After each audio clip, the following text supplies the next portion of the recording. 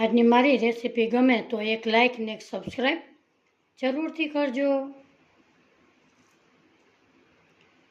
Crispy એવા મકાઈના ગોટાની recipe આજે આપણે સ્ટાર્ટ કરીએ। હાલો, જય શ્રી કૃષ્ણ। મારા કિચનમાં આપણું હાર્દિક સ્વાગત છે। આજે આપણે મકાઈના હેલ્ધી એવા કુરકુરા ગોટા બનાવીશું। અહીંયા મેં 2 મકાઈ લીધી છે, એને મેં બાફી લીધી છે। તમે એમને બાફા વગરની કરવું હોય તોય પણ તમે કરી શકો છો। આને આપણે આવી રીતે દાણાને કાઢી લેશું। આ મકાઈ ખાવાના અનેક ફાયદા છે। તમે વજન પણ ઓછું કરી શકો છો, કોલેસ્ટ્રોલ માટે ફાયદાકારક છે, આંખોની રોશનીને પણ વધારે છે। મકાઈ ખૂબ જ ફાયદાકારક છે। આને આપણે આવી રીતે બધાના બી કાઢી લઈએ। અહીંયા આપણે મકાઈના દાણા બધા આપણે સરસ આવી રીતે કાઢી લીધા છે। આમાં આપણે થોડાક એવા રાખીશું અને બીજા આપણે અધકચરા આવી રીતે આમાં પીસી લેવું। તમે મિક્સર જારમાં પણ પીસી શકો છો।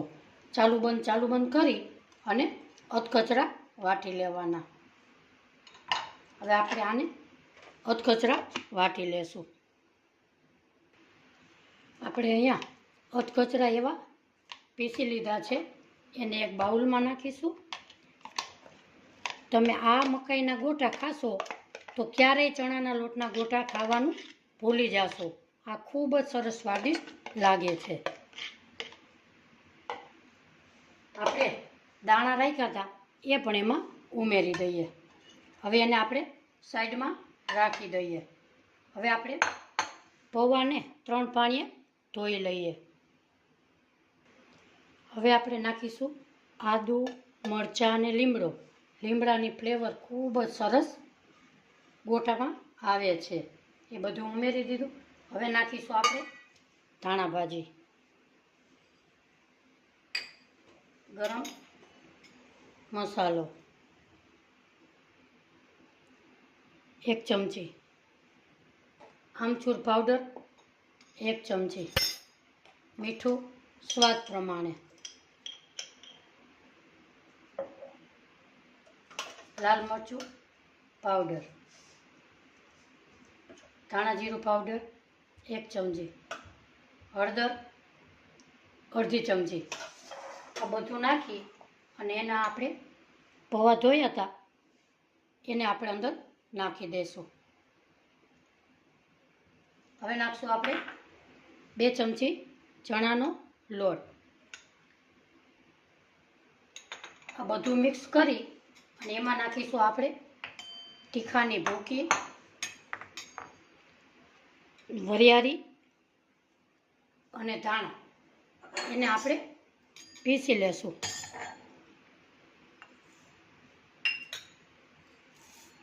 અધકચરા આપણે પીસી લેશું।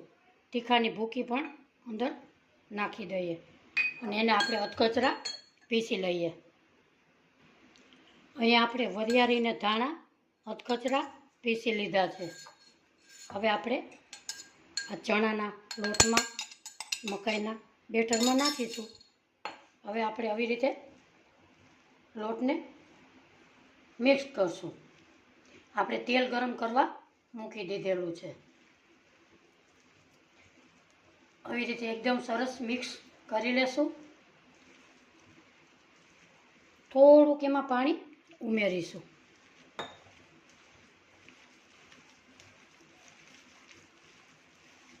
આપણું સરસ તૈયાર છે। હવે આપણે ભજીયા ગોટા પાડીશું। આપણું બેટર એકદમ સરસ તૈયાર છે। આવી રીતે ગોટા વરે એવા આવી રીતે આપણે રાખીશું। હવે આપણે તેલ તરફ જઈએ। આપણું તેલ સરસ એકદમ ગરમ થઈ ગયું છે। હવે આપણે આવી રીતે નાખતા જઈશું અને પછી ધીમો ગેસ કરી લેશું। આજની મારી મકાઈના ડોડાની રેસીપી ગમી હોય તો લાઈક, શેર અને સબસ્ક્રાઈબ જરૂરથી કરજો। આવી રીતે 1 મિનિટ એને અડવાના નથી,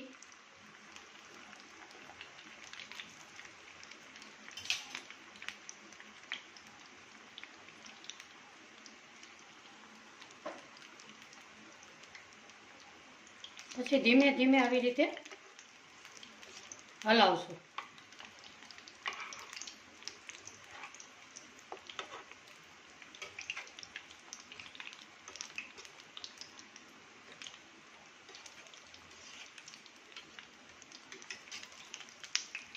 હવે આપણે ગેસની ફ્લેમ ધીમી કરીશું. આપણા ગોટા એકદમ સરસ ક્રિસ્પી તળાઈ ગયા છે. એને આપણે એક જારમાં કાઢી લઈએ અને બીજા પણ આપણે આવી રીતે ઉમેરી દઈએ. અત્યારે આપણે નાખીએ ત્યારે થોડોક ફાસ્ટ ગેસ રાખશું અને આવી રીતે ઉમેરતા જશું. આવી રીતે બધા ગોટા આપણે તેલમાં પાડી લેશું. આપણા ગોટા સરસ એકદમ તળાઈ ગયા છે. હવે એક પ્લેટમાં આપણે કાઢી લઈએ.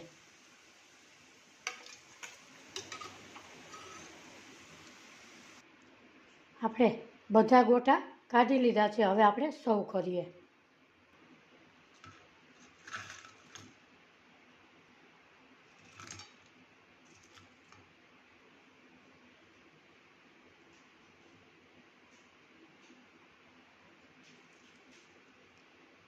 આજની મારી રેસીપી તમને ગમી હોય તો લાઇક શેર અને સબસ્ક્રાઈબ જરૂરથી કરજો. કોમેન્ટ બોક્સમાં પણ જરૂરથી જણાવજો આજની મારી રેસીપી તમને કેવી લાગી. ફરી મળીશું એક નવી રેસીપી સાથે. ત્યાં સુધી બધાને મારા જય શ્રી કૃષ્ણ.